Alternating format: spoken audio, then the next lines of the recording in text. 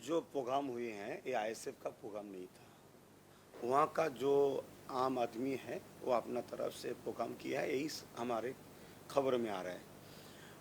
मगर वहाँ टीएमसी का कुछ नेता लोग माइकिंग भी किया है, तकरीर भी किए हैं, मगर जो शाहजहां कादरी साहब है उसको पूरा फंसाया है।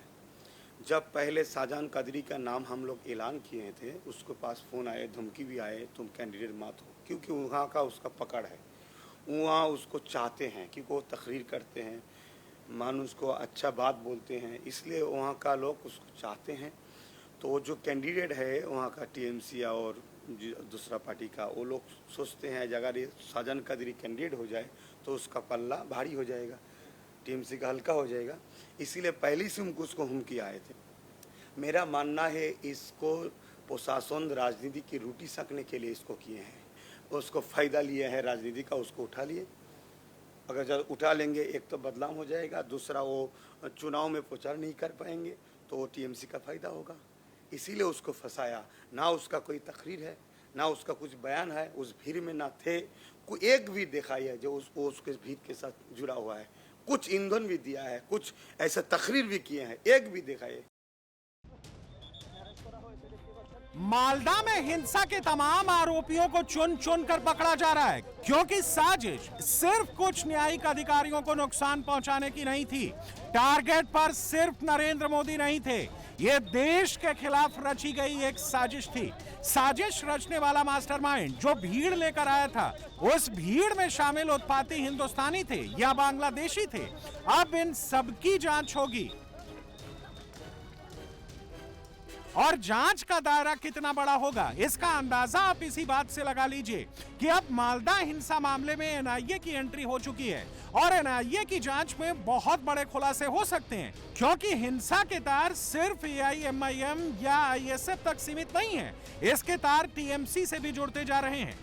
एनआईए की टीम मोथाबाड़ी पे पहुंच चुका है और जैसे कि देखा जा रहा है मोथाबाड़ी में आने के बाद वो सबसे पहले मोथाबाड़ी थाने में पहुंचे, उसके बाद थाने से वो सीधा इस वक्त बीडीओ ऑफिस यानी कि बुधवार को जहां पर जजों को बंधक बनाया गया था उस जगह पर वो इस वक्त पहुंच रहे हैं। एनआईए की एक बड़ी टीम इस वक्त मोथाबाड़ी में, मालदा के मोथाबाड़ी में पहुंच चुके हैं और मोथाबाड़ी थाने के बाद अब ब्लॉक डेवलपमेंट दफ्तर जो है उस दफ्तर में वो सबसे पहले जाएंगे और उसके बाद केस डायरी हैंडओवर से लेकर तमाम जो काम का काज है वो एनआईए शुरू करेंगे। कि वो दफ्तर है जहां पर एनआईए की टीम इस वक्त पहुंच चुका है और अंदर में जांच पड़ताल का जो काम है वो काम किया जा रहा है। एक बार विजुअल दिखाने की कोशिश करूंगा। इसी जगह पर एनआईए की एक बड़ी टीम यहाँ पर पहुंची है और केंद्रीय बल भी यहाँ पर तैनात कर दी गई है और यहाँ पर ही 7 जजों को बंधक बनाया गया था। तो इसके बाद जैसे कि चुनाव आयोग ने एनआईए के जरिए जांच करने का फैसला लिया और एनआईए की टीम इस वक्त मोथाबाड़ी में पहुंचा हुआ है और इस पूरी घटना का जांच कर रहे हैं और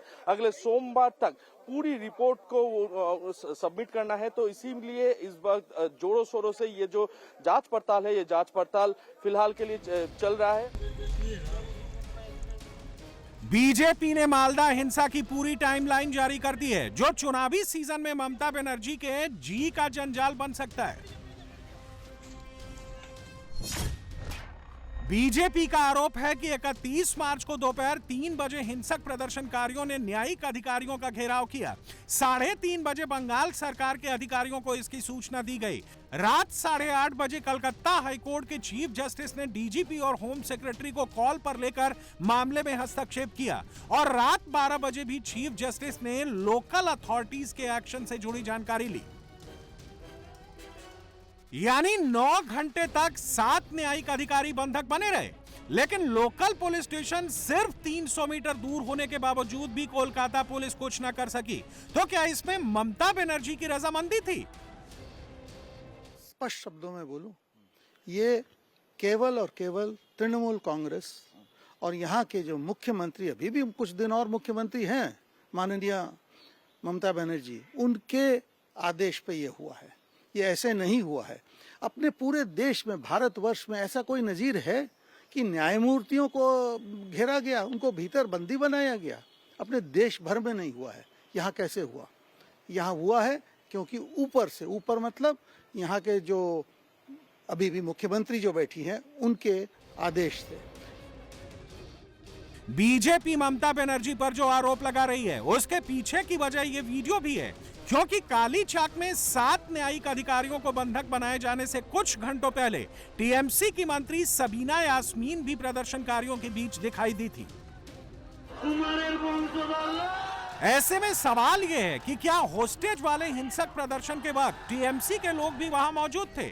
इसमें ममता बनर्जी ने एक नया ट्विस्ट दिया है। कहा है मालदा में दंगे भड़काने के लिए बीजेपी मुंबई से पगड़ीधारी लेकर आई थी।